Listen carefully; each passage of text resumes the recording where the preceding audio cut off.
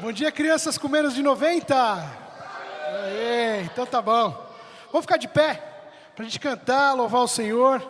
Nessa manhã a gente está falando sobre a igreja, sobre o início dela, né? Que é o que nos trouxe até aqui. Há mais de 2000 anos, pessoas se reúnem, como nós estamos fazendo nessa manhã, para a gente celebrar o nome de Jesus. E a gente vai dar honra, louvor e glória a Ele, porque nele somos mais do que vencedores. A palavra de Deus nos fala, na carta de Paulo aos Coríntios, a primeira carta, fala, logo no final do capítulo 15 ali: ó morte, onde está a sua vitória? Onde está a morte, o seu aguilhão?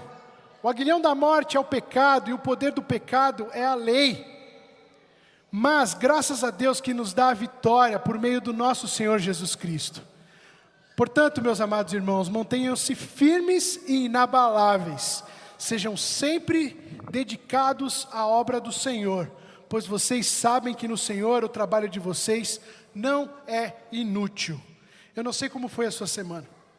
Talvez você tenha tido uns belos perrengues essa semana. Talvez você tenha passado uma bela de uma dificuldade financeira. Talvez dificuldade com alguém com quem você mora, com quem você convive. Talvez você tenha tido problemas de saúde. Talvez você esteja vivendo uma situação de enfermidade na sua família.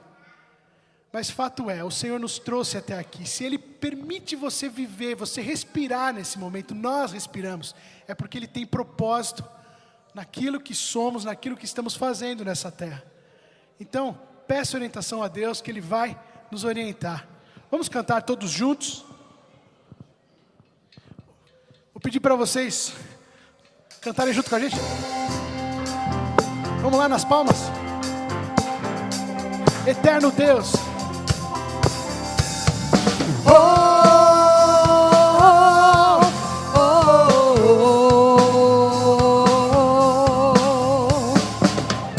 Nossas forças irão se renovar se esperarmos no Senhor, confiarmos no Senhor.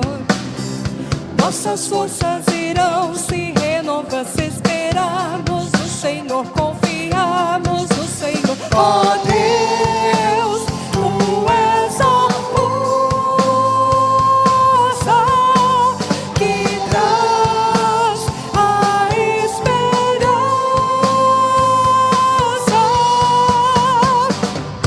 Tu és o nosso eterno Deus, o nosso eterno Deus, que não desiste nem se cansa.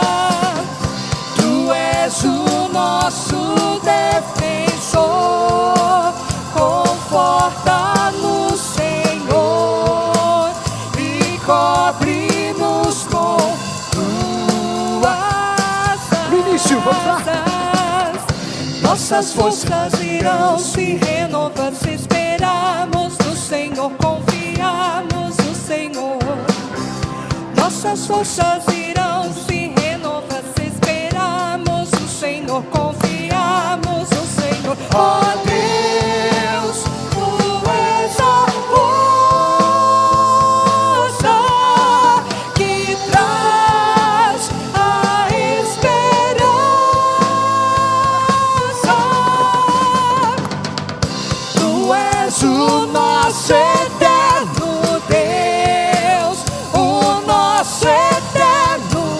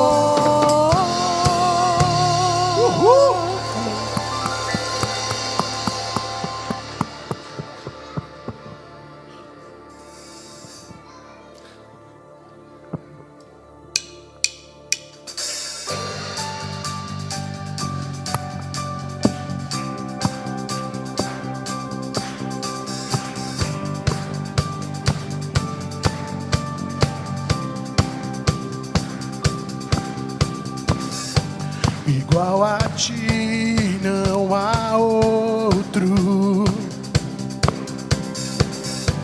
É impossível.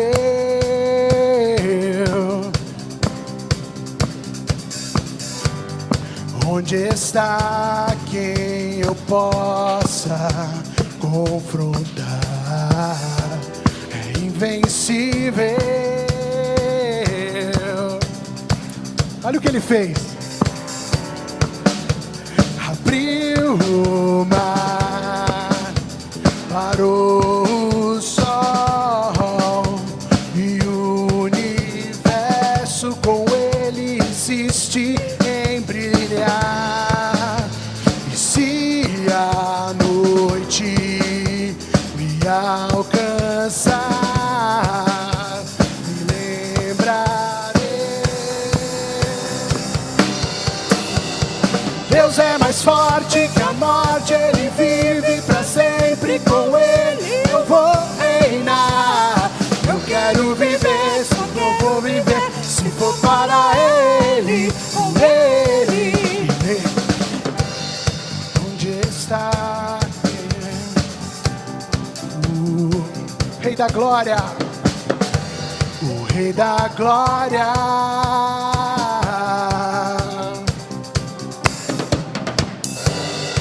Onde está o que possa de me separar? Não há nada, não há nada, não há nada, não. Deus é mais forte que a morte, Ele vive pra sempre, com Ele eu vou reinar. Eu quero viver, vou viver, se for para Ele, Ele. Amor é mais forte que a morte, Ele vive pra sempre, por Ele eu vou. Se eu vou viver, eu só vou viver se for para Ele, Ele. Abriu o mar, parou o sol e o universo com Ele insiste em brilhar. E se a noite me alcançar, me lembrarei que com Ele pra sempre eu serei. Eu serei, eu serei.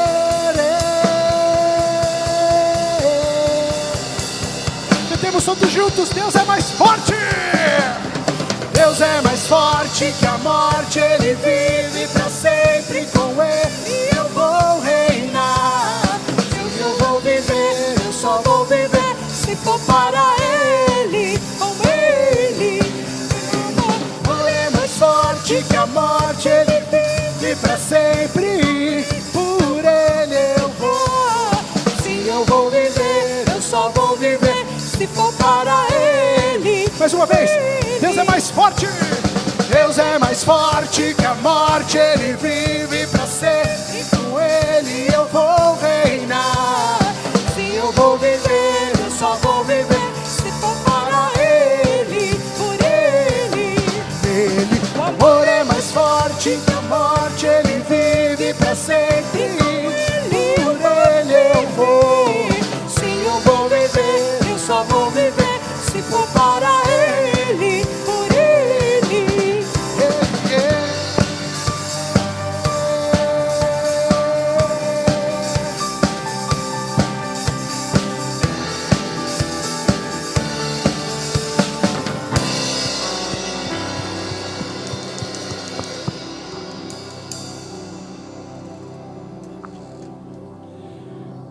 Jesus Cristo veio nessa terra. E o que é mais interessante, Ele não veio para vencer homens, não veio para vencer reis, não veio para derrotar impérios. Ele veio e Ele venceu a morte. E aquele mesmo Cristo que foi crucificado naquela cruz, do qual hoje nos convida a participarmos da sua mesa, aquele que nos livra de todo o mal, nos livra de todo o pecado, pelo sangue dele jorrado naquela cruz. A Ele nós cantamos, nós exaltamos, e é por Ele que nós estamos aqui. Amém?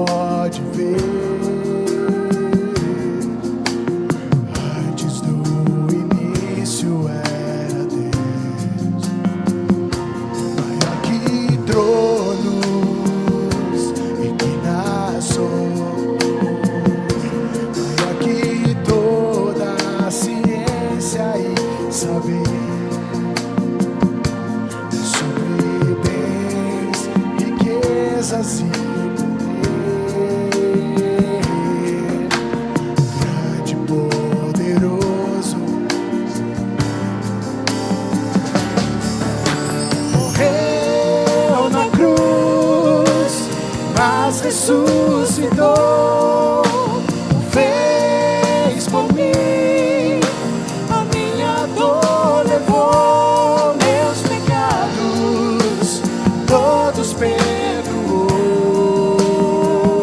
pensou em mim, meu Jesus.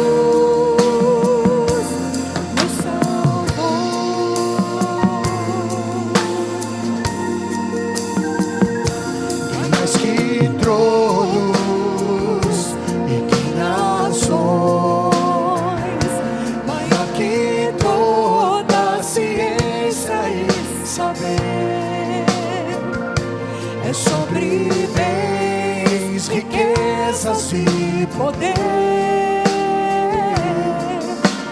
grande e poderoso é o Senhor. Morreu na cruz, mas ressuscitou, o fez por mim, a minha dor levou, meus pecados todos perdoou, pensou em mim, meu Jesus me salvou. Morreu na cruz, mas ressuscitou,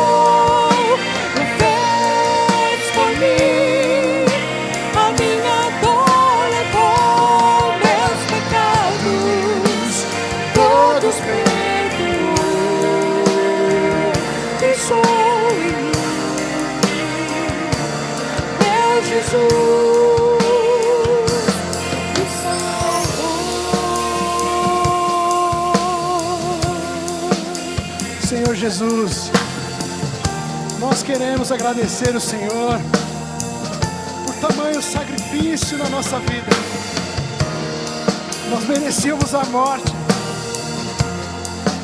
mas Pai, o Senhor permitiu que o seu único filho morresse um dia naquela cruz, desse a sua vida por todos nós, dizendo: Tiago, eu te amo, Reinaldo, eu te amo, Darlan, eu te amo. O Senhor dizia o nosso nome, cada prego naquela cruz. Oh Deus, obrigado, Jesus. Que a gente possa honrar o Senhor em toda e qualquer situação, exaltando o Senhor sempre. Aleluia!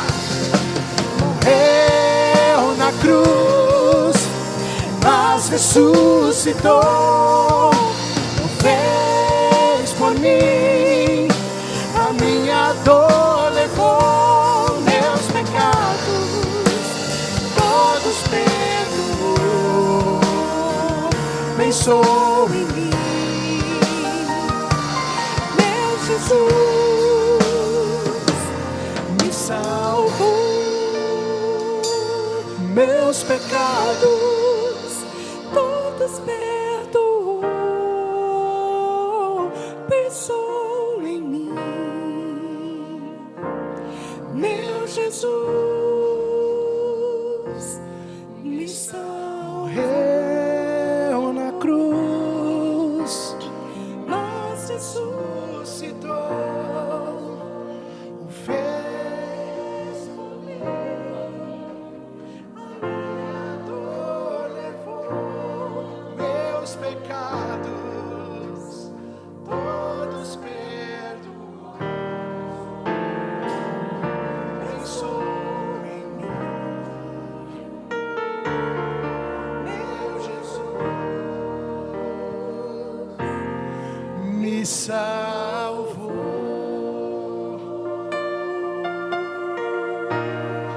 A honra e a glória são tuas, Jesus, nessa manhã. Obrigado, Senhor.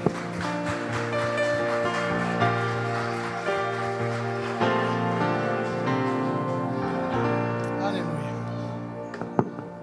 Pode sentar.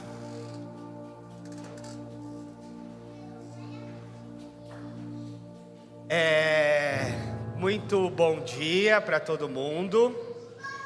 Eu quero primeiro dar os avisos antes das crianças virem. Eu quero lembrar vocês que o nosso retiro está por aí, novembro, um hotel fazenda bacana. Se você puder fazer sua inscrição logo, você pode parcelar no seu cartão de crédito até o dia, ó, a comida lá é boa, gente. A gente foi ano passado para lá, é comida de primeira, piscina aquecida, tem piscina aberta, mas tem uma piscina fechada e aquecida. É uma delícia, né, filho? Você gosta de piscina? Vai ter piscina, vai ter tudo, fogueira, tudo mais. Então essas são as fotos do ano passado. Outra coisa, tá rolando um curso bíblico das 9 às 10 da manhã, focado em novos membros, mas aberto para todos e todas. A gente está ministrando o curso e está indo para o canal do YouTube também, para quem eventualmente não conseguir presencialmente assistir depois. Se Deus quiser, dia 25 de agosto, guarde essa data, aniversário da igreja e batismo. 24 e 25, 24 à noite, canto e 21, 25 de manhã, celebração especial com batismos e tudo mais, tá bom? São os avisos. Finanças, olha aí, estamos com 25% da nossa meta e já é dia 21. Então a gente precisa assim daquele grande milagre da última semana para alcançar os valores e pagar nossas contas. Você pode fazer isso agora. A gente aproveita esse momento como um momento de dízimo, de oferta, onde você pode fazer o seu Pix e contribuir com esta sua igreja, tá? Eita, falei do retiro, é isso. Agora vem aqui as crianças todas. Aê.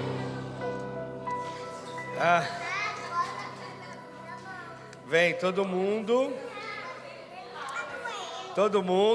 Eu quero chamar a pastora Rose aqui também, que vai ministrar para as crianças. E também está aniversariando, gente. A gente não faz isso para todo mundo, mas de vez em quando quem faz aniversário no domingo tem que ter um parabéns. Tá, depois a gente faz uma oração para parar de doer, tá bom? Vai rolar um parabéns aí? Parabéns pra você, nessa data querida. Muitas felicidades, muitos anos de vida. Ao seu lado, eu sou. Bem Batista, pastor. Que a vida lhe seja um eterno sorrir. Aê! Agora eu vou orar pela pastora Rose e pelas crianças. Espera aí, não é para ir ainda, calma. Eu vou orar, a gente vai orar aqui pela pastora Rose, que ela fez aniversário. Vocês vão ter que dar abraço, beijo e falar feliz aniversário para ela. Aê, olha. Ixi, agora eu falei. Agora todo mundo vai dar abraço, beijo, feliz aniversário. Aqui, filho. Mas todo mundo aqui, Emily, aqui ainda. Ainda vai orar. Vem, todo mundo aqui. Pedro também. Tá vendo? Tá vendo aí? Alguém me obedece ainda nessa igreja. Deus, nosso Pai amado, muito obrigado pela vida da pastora Rose, mais um ano de vida, a presença dela aqui conosco, a doação dos dons que ela tem feito aqui na ministração para as nossas crianças. Obrigado, que o Senhor lhe dê muitos anos de vida, saúde, e que o Espírito do Senhor continue usando ela para a tua glória, Pai. Em nome de Jesus. Amém. Deus te abençoe. Obrigado, pastor. Aê, vamos, agora vai todo mundo. Aê! Graças a Deus pela vida dessas pessoas, dessas crianças. Eu costumo brincar que o que a gente faz aqui é qualquer um pode fazer, né? Com todo respeito ao pastor aqui. Enfim, a gente estuda também para...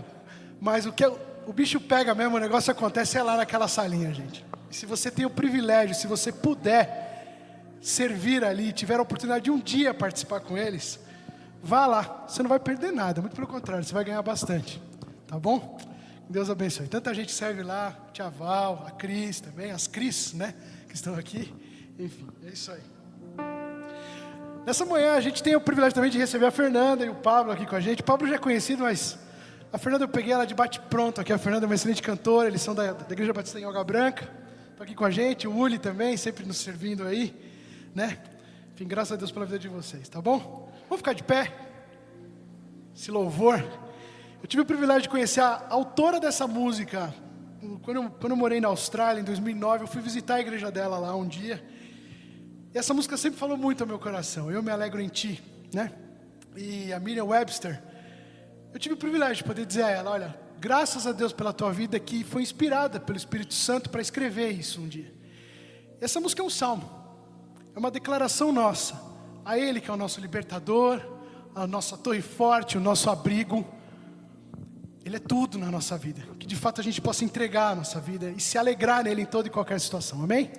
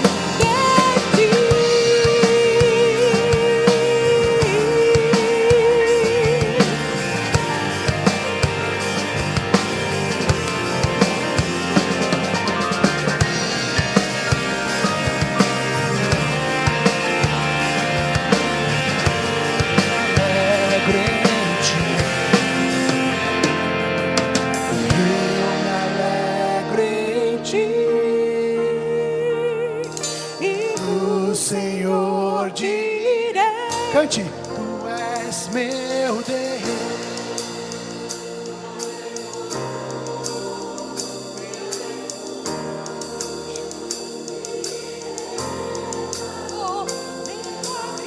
A quem temos no céu a não ser o Senhor? É o meu socorro.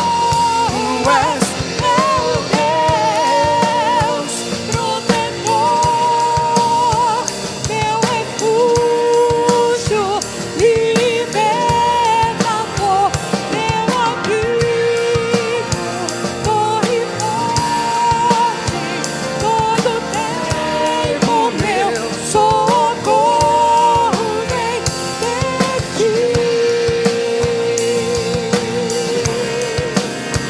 Todo tempo meu socorro vem de ti. Todo tempo meu socorro vem de ti.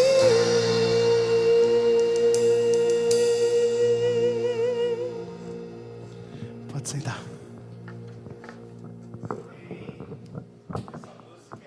Mais, né? Muito bom, gente. Obrigado. Eu quero te convidar para abrir a Bíblia comigo em Atos, capítulo 2. Atos, o livro da história da igreja. A gente está conversando sobre nossa vida em Atos. Hoje é o nosso terceiro episódio. Nós falamos um pouco do capítulo 1, do capítulo 2, semana passada, uma parte. Agora a gente segue no capítulo 2 e versículo 14. Eu quero agradecer a Deus também a vida do pastor Carlos Eduardo, está aqui com a irmã Luciene. Ela está mais feliz que ela estava sozinha. Pastor Carlos é o pai do Felipe, que também é pastor. O Felipe tem sido o nosso pastor aqui na música, na adoração, e agora também parte da diretoria da nossa igreja. E hoje, eu falei, hoje você toca direitinho, não erra nenhuma nota que seu pai está aí. Ele falou, não vou nem tocar, está lá no som. Não sei porquê. O pastor Carlos é pastor da Igreja Batista Memorial em São Pedro da Aldeia, né? Mais conhecido como Caribe brasileiro, ali, região dos Lagos e tal, no Rio de Janeiro. Muito bom tê-lo, pastor. Atos capítulo 2, versículo 14 em diante. Olha só o que diz a palavra de Deus aí. O que estava acontecendo aqui, meus irmãos? Só para dar um pouco mais de contexto, aconteceu a descida do Espírito Santo, aquele movimento do Pentecostes ali que é narrado no comecinho do capítulo 2, e não há uma compreensão clara do que está acontecendo.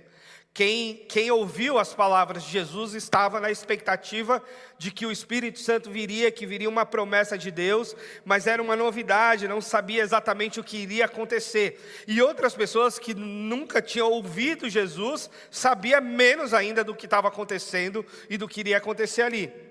E aí então Pedro é que faz essa que a gente pode chamar da primeira pregação da igreja. O texto fundante da igreja começa aqui. Lógico que há vários anúncios de Jesus sobre a igreja, vários ensinos de Jesus sobre a igreja, mas agora como primeira pregação, depois da descida do Pentecostes, é essa de Pedro. E o texto diz assim: Pedro levantou-se com os 11, e em alta voz dirigiu-se à multidão, dizendo: homens da Judéia, e todos os que vivem em Jerusalém, deixe-me explicar isto a vocês. Ouçam com atenção. Estes homens não estão bêbados, como vocês supõem. Ainda são 9 horas da manhã.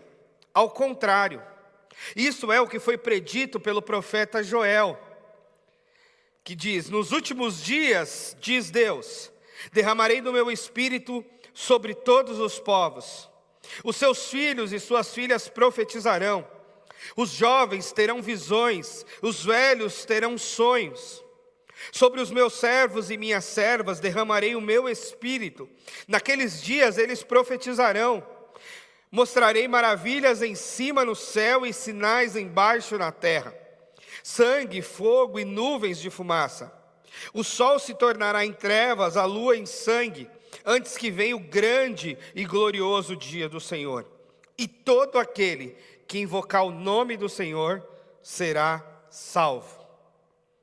Israelitas, ouçam essas palavras. Jesus de Nazaré foi aprovado por Deus diante de vocês por meio de milagres, maravilhas e sinais que Deus fez entre vocês por intermédio dele. Como vocês mesmos sabem, esse homem lhes foi entregue por propósito determinado e pré-conhecimento de Deus. E vocês, com a ajuda de homens perversos, o mataram, pregando-o na cruz. Mas Deus o ressuscitou dos mortos, rompendo os laços da morte, porque era impossível que a morte o retivesse. A respeito dele, disse Davi: eu sempre via o Senhor diante de mim, porque Ele está à minha direita e não serei abalado. Por isso meu coração está alegre, a minha língua exulta, e o meu corpo também repousará em esperança. Porque tu não me abandonas no sepulcro, nem permitirás que o teu santo sofra decomposição.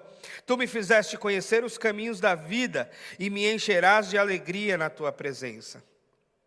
Irmãos, posso lhes dizer com franqueza, que o patriarca Davi morreu e foi sepultado, e o seu túmulo está entre nós até hoje. Mas ele era profeta e sabia que Deus lhe prometera sob juramento que colocaria um dos seus descendentes em seu trono. Prevendo isso, falou da ressurreição de Cristo, que não foi abandonado no sepulcro e cujo corpo não sofreu decomposição. Deus ressuscitou este Jesus e todos nós somos testemunhas desse fato. Exaltado à direita de Deus, ele recebeu do Pai o Espírito Santo prometido e derramou o que vocês veem agora e ouvem. Pois Davi não subiu aos céus, mas ele mesmo declarou: o Senhor disse a meu Senhor: assenta-te à minha direita, até que eu ponha os teus inimigos como estrado de seus pés. Portanto, que todo Israel fique certo disso: este Jesus, a quem vocês crucificaram, Deus o fez Senhor e Cristo. Quando ouviram isso, ficaram aflitos em seu coração e perguntaram a Pedro e aos outros apóstolos: irmãos, que faremos? Pedro respondeu: arrependa-se e cada um de vocês seja batizado em nome de Jesus Cristo para perdão dos pecados, e receberão o dom do Espírito Santo. Pois a promessa é para vocês, para os seus filhos e para todos os que estão longe, para todos quantos o Senhor nosso Deus chamar. Com muitas outras palavras os advertia e insistia com eles: salvem-se dessa geração corrompida. Os que aceitaram a mensagem foram batizados, e naquele dia houve um acréscimo de cerca de 3.000 pessoas. Vamos orar novamente? Pai amado, nós confiamos nesse Espírito do Senhor que desceu no Pentecostes e que nós precisamos dele também, cada dia, para a nossa transformação, para ouvir ao Senhor por meio da tua palavra. Obrigado, Senhor. Amém. O que está acontecendo aqui é aquele movimento de várias línguas, de vários idiomas, de pessoas de partes diferentes da Europa, da Ásia, da África, que estavam reunidos por ocasião da festa do Pentecostes, glorificando a Deus. E a confusão era: será que eles estão bêbados? Será que está acontecendo aqui? E então Pedro se levanta para explicar o que é que estava acontecendo. E é interessante a gente perceber essa primeira pregação e essa história da nossa fé, que tem um elo, uma conexão entre o Antigo e o Novo Testamento. Nós não somos exatamente uma comunidade do Antigo Testamento, nós somos a comunidade do Novo Testamento, da igreja, da história da igreja. Nós fazemos parte dessa história. Por isso que a gente está falando da nossa vida em Atos.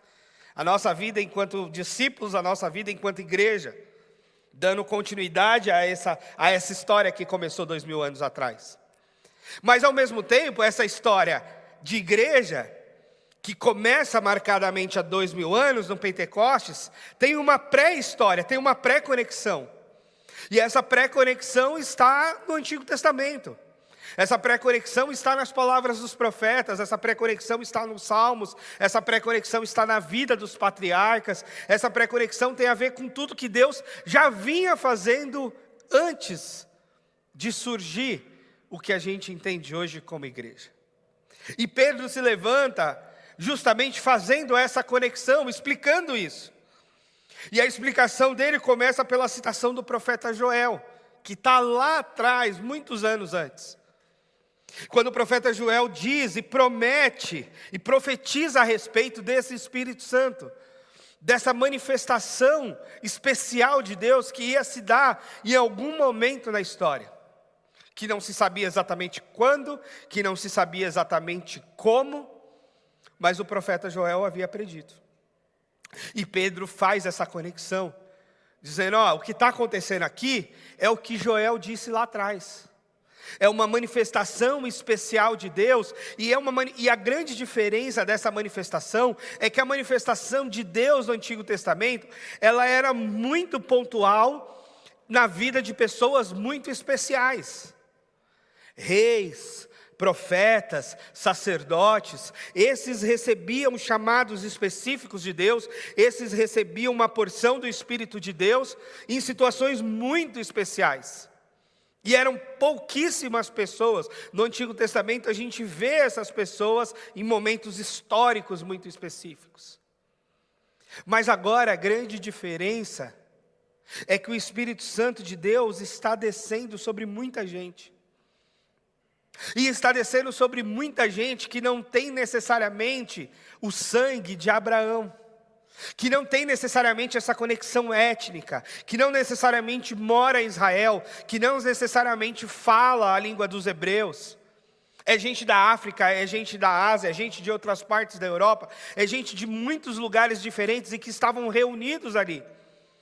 E receberam esse dom do Espírito Santo sobre eles. E isso é uma marca fundamental da história da nossa igreja. E quando eu digo nossa igreja, eu estou falando da igreja cristã, de forma geral, que é essa diversidade. Há uns anos atrás, foi desenvolvido, nos movimentos de crescimento de igreja, especialmente no Fuller, que é um seminário importante dos Estados Unidos, a tese de que as unidades homogêneas seriam fator de crescimento para as igrejas. E o que foi desenvolvido e foi tido como tese das unidades homogêneas? É que se as igrejas fossem bem segmentadas, em grupos bem homogêneos, elas experimentariam maior crescimento. Então, igrejas só de ricos, igrejas só de pobres, igrejas só de brancos, igrejas só de negros, igrejas quanto mais homogêneas fossem, mais elas experimentariam crescimento. E isso tem um sentido sociológico de fato, porque você consegue fazer com que as pessoas se identifiquem mais rapidamente. E essa identificação gera maior conexão, essa maior conexão gera maior engajamento. E isso foi experimentado em algumas partes do mundo, inclusive. Eu estou falando aqui do século passado, anos 70, essas ideias, 60, 70, e isso foi se diversificando e chegou aqui no Brasil, inclusive, ideias dessas, de se construir igrejas homogêneas, né? Se a gente olhar movimentos de igrejas para jovens, por exemplo, como foi o movimento da Igreja Renascer no começo, depois o movimento da Igreja Bola de Neve, que é quase uma continuidade da Renascer, né? Uma perspectiva um pouco parecida. Tem uma ideia ali homogênea de ter todo mundo com o mesmo jeitão, o mesmo perfil, o mesmo padrão. Mas a pergunta a respeito de estratégias de crescimento deve ser: o quanto isso faz sentido biblicamente? Porque a igreja, ela nasce não homogênea, ela nasce heterogênea. Ela nasce numa diversidade gigantesca, ela nasce com pessoas que falam idiomas diferentes, ela nasce com pessoas de continentes diferentes. de raças distintas, de locais geográficos distantes.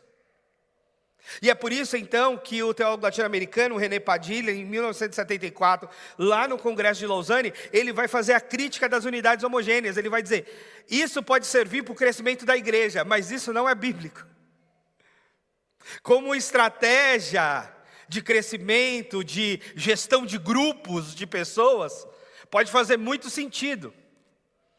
E aliás, isso tem feito sentido até hoje, né? A rede social, os algoritmos, colocam a gente em bolhas homogêneas. E quanto mais homogêneo é seu grupo, mais homogêneo será a sua timeline, mais homogêneo será as suas conexões de relacionamento pela internet. Porque os iguais nesse aspecto, eles se retroalimentam, para o bem e para o mal. Se você tiver uma bolha onde há muitas virtudes, pode ser que você seja bem alimentado nessa bolha das virtudes. E se você estiver na bolha dos vícios, você vai ser retroalimentado nessas bolhas dos vícios. Porque os algoritmos estão colocando a gente em conexões com pares que pensam como nós. A partir daquilo que você posta, a partir daquilo que você curte, a partir daquilo que você lê. Aliás, sobre isso eu indico muito o documentário Dilema das Redes. É muito interessante para ver como é que as redes sociais encaminham a nossa vida, às vezes sem a gente se dar conta muito. Então, a gente é colocado nessas bolhas. E essa ideia de bolha parece um pouco até com a ideia do Antigo Testamento, porque a fé no Antigo Testamento é uma fé étnica, né? É a fé dos filhos de Abraão, é uma fé centralizada ali no templo de Jerusalém, onde tudo espiritualmente relevante acontece. Jesus é descreditado por não ser alguém de Jerusalém, ser alguém que sai lá do norte da Galileia. Mas o que de fato acontece no nascimento da igreja é essa coisa diversa e diversificada, e que de fato é muito mais trabalhoso, porque é todo mundo, e é todo mundo diferente, é todo mundo que fala idioma diferente, é todo mundo que tem cultura diferente, é todo mundo que tem idade diferente. Mas é isso a igreja. Houve um momento em que eu fui tentado a segmentar a igreja. Houve um momento no início da nossa história, da nossa pré-história como I-21, eu pensei, vamos fazer uma igreja só de jovem, vamos fazer uma igreja só de gente do centro, vamos fazer uma igreja só de universitários. Aí eu percebi que eu não era tão jovem assim mais, primeira coisa, que eu queria alcançar os universitários, mas eu nunca estive na universidade, fiz no máximo faculdade de teologia. E também que essa segmentação, ela não é o espírito do Novo Testamento. Ela não é o espírito da igreja. Porque o espírito da igreja é esse espírito de um evangelho para todas as nações. O espírito da igreja é esse espírito que desce, é esse Espírito Santo que desce sobre toda a carne e sobre essa variedade. E a grande contribuição histórica da igreja é inclusive as reconciliações e as vivências que ela pode provocar entre ricos e pobres, entre pretos e brancos, entre amarelos e orientais e ocidentais, e essa mistura toda. E todo mundo se chamando de irmão, e todo mundo se chamando de cristão junto. E aliás, o Novo Testamento costura isso muito bem. Por exemplo, quando Paulo escreve para Filemon a respeito de Onésimo, que era um escravo fujão, e Paulo fala, volta lá, Onésimo. E Onésimo está com medo de voltar, porque um escravo que foge e volta era gravemente castigado, se não morto, para dar exemplo aos outros. Mas aí Paulo escreve para Filemon e fala assim, recebe Onésimo agora, mas recebe-o como irmão. Não recebe mais como escravo. Não recebe mais como escravo fujão. Recebe-o agora como irmão. Percebe a força da igreja num mundo de escravidão, de escravizados. E Paulo escrevendo para um senhor de escravo, que aquele antigo escravo agora deve ser tratado como irmão. E Paulo diz: receba ele como você estivesse recebendo a mim. E eu não preciso dizer que você me deve a sua própria vida. Então percebe que o Evangelho, ele costura essas reconciliações, inclusive reconciliações imponderáveis e impossíveis, de uma perspectiva humana. E o apóstolo Paulo escreve isso muito bem em Corinto, a respeito das reconciliações que o Evangelho traz. A conexão de Jesus com os samaritanos, de judeus com gentios. E ele vai pregando e vai falando de Jesus, e vai falando de como Jesus morreu, mas que ele ressuscitou. Deus não deixou que o corpo dele sofresse decomposição ao ressuscitá-lo ao terceiro dia. Faz uma comparação com o grande rei Davi, que por maior que tivesse sido, morreu. E seu corpo se decompôs e virou pó da terra, como todos nós viraremos. Mas Jesus não. Jesus ressuscitou. E na ressurreição de Cristo, na ascensão do Cristo, há a descida do Espírito Santo sobre nós. E é esse Espírito Santo que nos conecta como irmãos. Por isso tem a frase, que é até clichê, mas os clichês são clichês porque são verdade. Que quem tem a Deus como Pai não pode mais ficar escolhendo irmão. Se temos a Deus como Pai, não ficamos escolhendo nossos irmãos. Porque os nossos irmãos estarão espalhados por todo o mundo. Por todas as nações. Por todos os povos. E essa era a promessa de Joel. De um Espírito de Deus descendo sobre toda a carne. E aí as pessoas então falam: mas como é que eu vou receber? Como é que eu vou ter esse Espírito em mim? Como é que eu vou viver agora a partir desse Espírito Santo?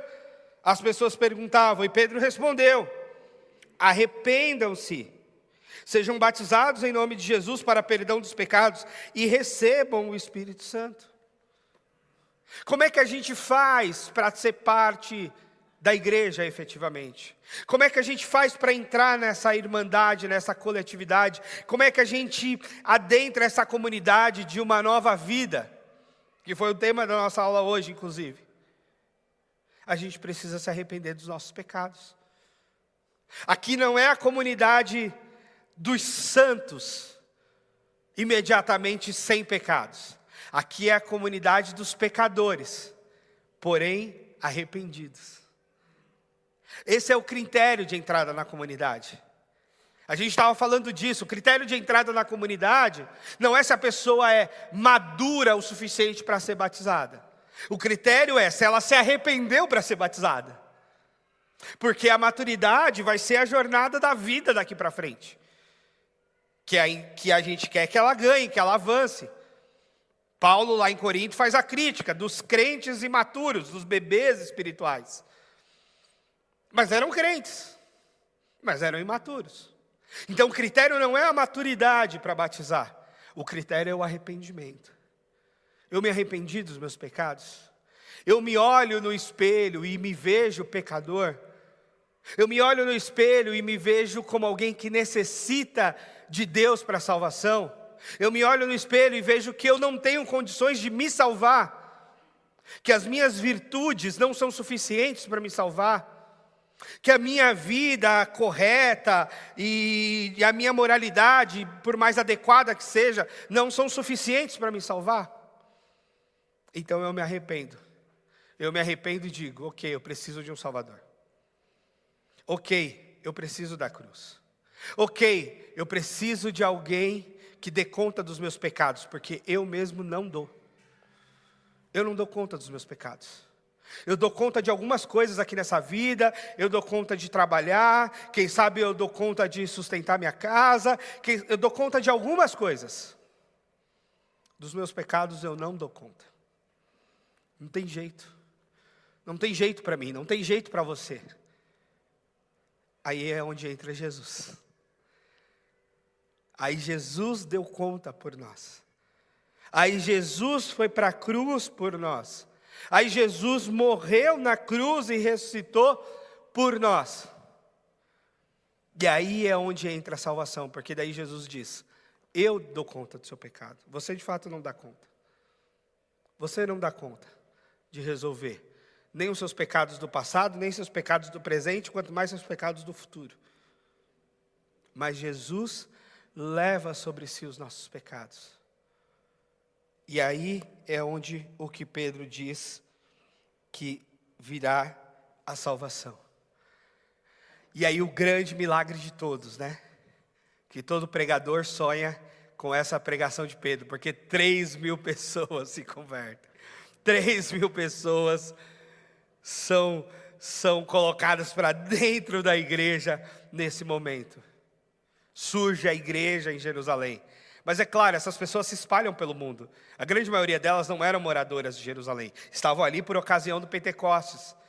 Então é uma conversão fantástica, é um batismo imediato, e essas pessoas voltam para suas vidas.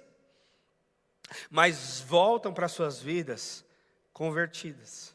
Voltam para suas vidas transformadas, voltam para suas vidas batizadas, batizadas na água e batizadas no Espírito, batizadas com água pelos apóstolos, mas batizadas pelo Espírito Santo de Deus.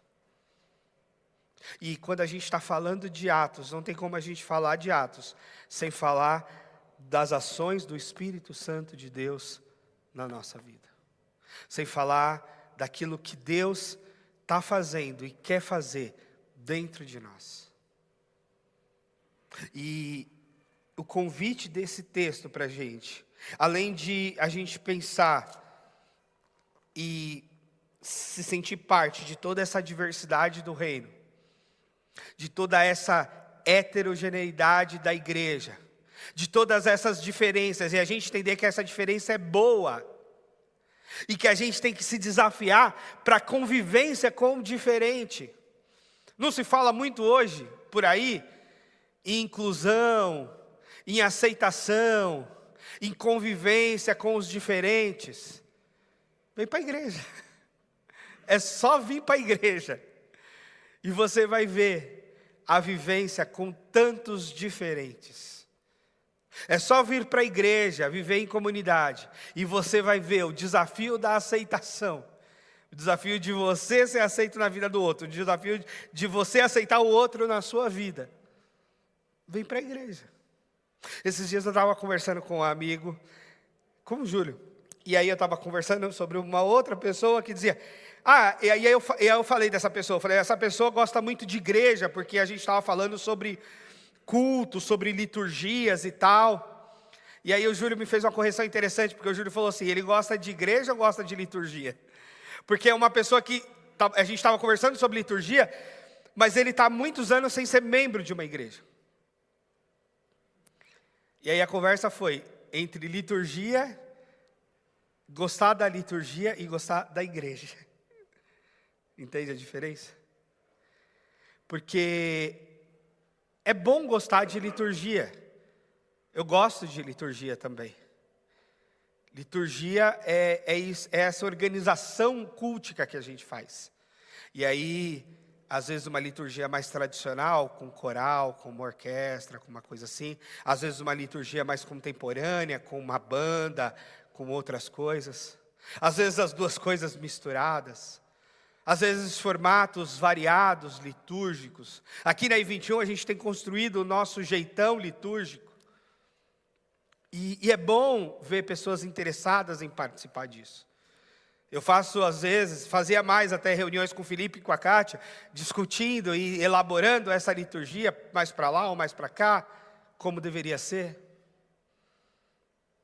Mas a igreja é um passo mais profundo do que a liturgia. A liturgia, ela pode ser admirada até na internet.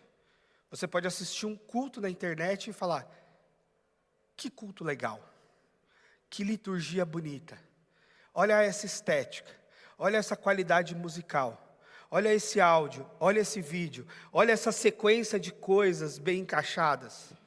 Bonito, legal. Mas a igreja, ela está num degrau mais profundo, onde a liturgia é o aspecto externo, relevante, mas externo, daquilo que é a vivência comunitária, daquilo que é a convivência com os irmãos, daquilo que são as relações que se dão, daquilo que é essa coisa do Espírito Santo estar aqui entre nós e a gente ser tão diferente e ao mesmo tempo ser irmão, da gente ter dons tão distintos e ao mesmo tempo receber o mesmo Espírito, da gente ter perspectivas, culturas, ideias tão divergentes até, mas a gente está unido e conectado pela cruz de Cristo. E aí começamos a vivência de igreja. Quando a gente sai do campo litúrgico, do qual a gente participa e celebra, e vai para os aprofundamentos da vivência comunitária. E eu acredito que é um passo a passo. E eu reconheço que às vezes as pessoas sofreram em histórias anteriores com a igreja, e estão com medo de dar passos mais profundos. E é compreensível, né? Alguém já disse que gato escaldado tem medo de água, né? Então quem já sofreu com igrejas no passado, fica um pouco reticente de uma nova igreja. Quem trouxe para si preconceitos a partir de estereótipos televisivos, ou de notícias, e eu nem estou falando de fake news, eu estou falando de notícias reais, que nos chocam e nos chateiam, e a gente de repente fica meio ressabiado e fala assim, eu não vou entrar nesse negócio não, esse negócio aí parece que não é coisa boa, deixa eu ficar aqui de fora. Ou se eu entrar, deixa eu entrar aqui, mas só vou pôr a ponta do pé na água. Não vou me aprofundar muito, porque se eu me aprofundar muito, vai dar problema. Eu vou pôr só a pontinha do pé aqui na água e ficar aqui no rasinho. É uma escolha, é possível viver o rasinho da vida comunitária, viver o rasinho da igreja. Mas eu acredito que o convite do Evangelho é para a gente ir para dentro, para a gente ir mais fundo, para a gente mergulhar. E sim, viver as complexidades desse mergulho. Sim, viver as dificuldades desse mergulho, mas também viver os benefícios e a bênção deste mergulho. Não me faz sentido, eu não me vejo fazendo só parte de um auditório. Não me faz sentido e eu não me vejo fazendo parte de espectador de igreja. Porque, de fato, para fazer parte de um auditório ou para ser espectador, talvez o YouTube nos atenda. Talvez o culto online, se é que é culto, né? Tem uma coisa, nos atenda. Mas para a vivência, de fato, de igreja, para aquilo que o Novo Testamento chama de igreja, aí a gente precisa ir mais fundo. Aí a gente precisa entrar na vida das pessoas, deixar as pessoas entrarem na nossa vida. Aí a gente precisa de convivência, de vivência. A gente precisa viver essa intensidade e, inclusive, viver as dificuldades dessas relações. E crescer e amadurecer e ter a vida transformada e moldada por aquilo que Deus quer fazer conosco. Por aquilo que Deus quer fazer no nosso meio. Há um versículo em Provérbios que diz que é o ferro que afia o ferro. É o ferro que afia o ferro. E eu não sei se você já viu ferro afiando ferro, mas tem bastante faísca. O ferro afiar o ferro, sai muita faísca para ficar afiado de verdade. Mas é isso. É esse atrito e essas faíscas que gera o corte. E a gente precisa ir aprofundando. Esse é o convite que eu faço para você. Vem e se aprofunde nessa experiência. Com Deus, com o Espírito Santo, com a igreja. Não precisa ter pressa, vem no seu tempo. Mas vem. Vem no seu tempo. A gente entende o tempo de cada um. A gente entende o passo a passo de cada um. E é mais importante você dar passos lentos na direção certa do que dar passos rápidos na direção errada. Não tenho dúvida disso. Mas vem para essa experiência de igreja. Vem para essa experiência de vivência comunitária, de uma nova vida. E de fato, a gente aqui não tem nenhuma vocação para homogeneidade, para fazer um grupo de iguais, para fazer todo mundo uniformizado, para fazer todo mundo pensando igualzinho. Não. Não é essa a nossa ideia, porque não é essa a ideia do Novo Testamento. A nossa ideia é realmente conectar os diferentes, trazer pessoas distintas, de todos os perfis possíveis, e reuni-las debaixo da cruz de Cristo. Reuni-las debaixo da palavra de Deus. E nos conectar por meio do Espírito Santo, que desce sobre nós, que sela a gente e nos faz povo de Deus. Então, esse é o convite para a vivência. Tiago já deixou a dica aqui. Conviva com as crianças. É mais uma experiência e talvez é das mais intensas mesmo. Porque os adultos são mais polidos, né? Eles não mostram assim o que você é de cara, né? Você vai aqui com jeitinho, faz um pouquinho mais de personagem e tal. As crianças não, as crianças já são o que são logo de cara. Então, por isso, se você chegar na igreja pelo ministério com criança, você já chega na parte mais intensa da coisa. Porque elas não fazem tipo, elas são o que são. Mas é a igreja. E aí, nesse aspecto, elas não serão a igreja. Elas são a igreja. De hoje, de já, de agora. E a gente também cresce com elas, à medida com que a gente cuida delas, para que elas cresçam também. É isso que a gente quer, é isso que a gente sonha, e é isso que forma a igreja de Jesus. Vem para dentro dessa vivência. Arrependa-se dos seus pecados.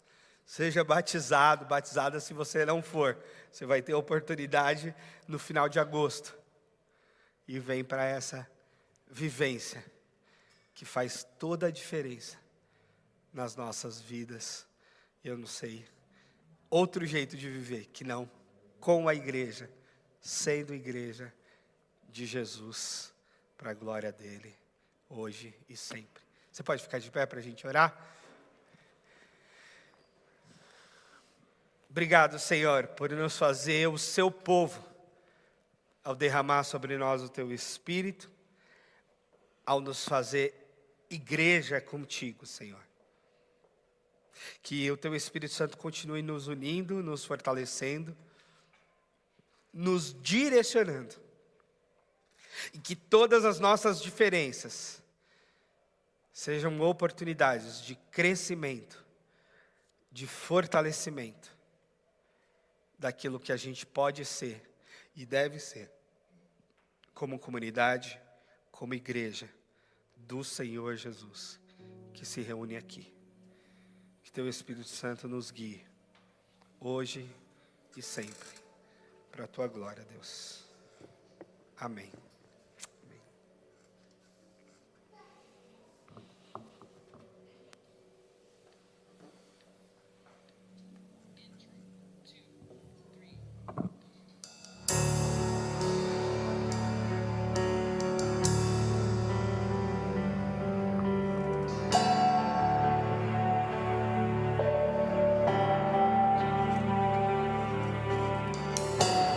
Nesses dias de desespero, incerteza e medo, em uma salvação eu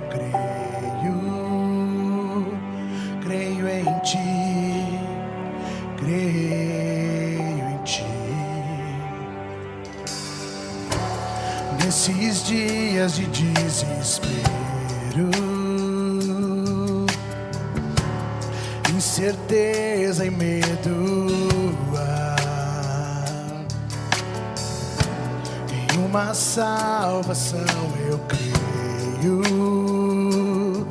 creio em ti, creio em ti. Declare isso. Acredito em Jesus Cristo, acredito em Deus o Pai, acredito no Santo Espírito e que vida nova traz. Acredito na cruz de Cristo e que a morte enfim venceu. Acredito que ressurreto muito em breve voltará. Creio em Ti.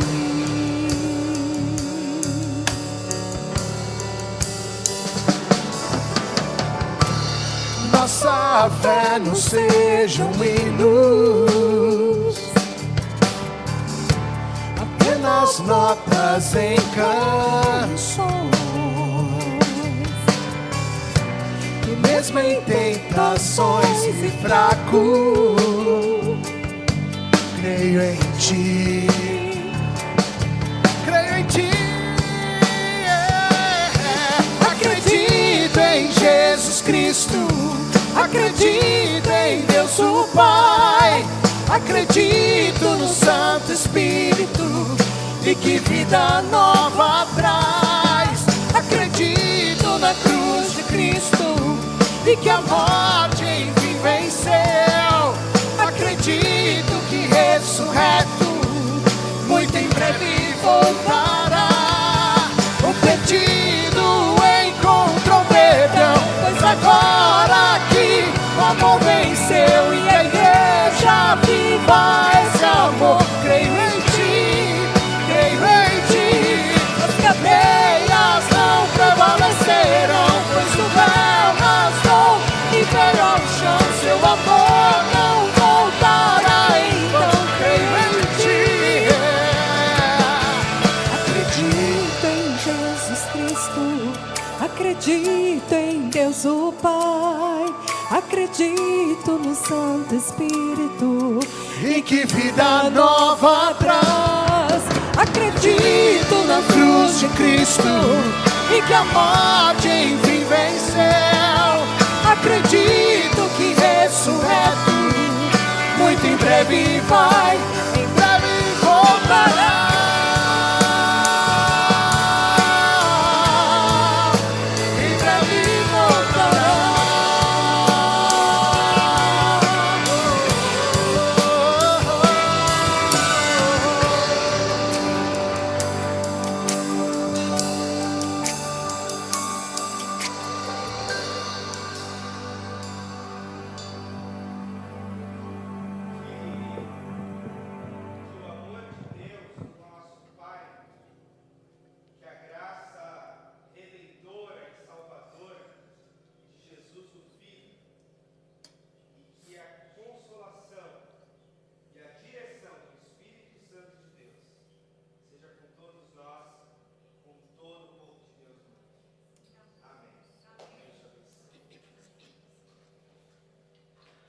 Vamos encerrar com um aí? Vamos lá?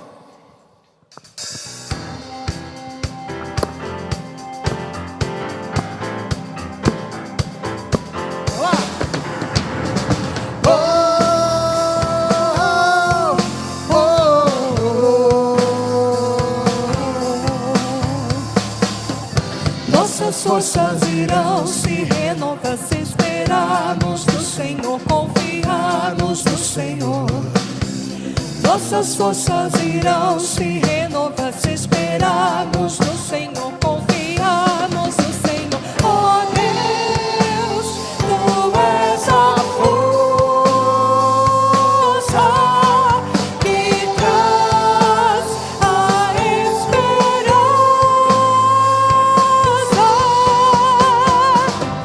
Tu és o nosso eterno Deus, o nosso eterno Deus, que não desiste nem se cansa. Tu és o nosso defensor, conforta no Senhor e cobre-nos com suas asas. Nossas forças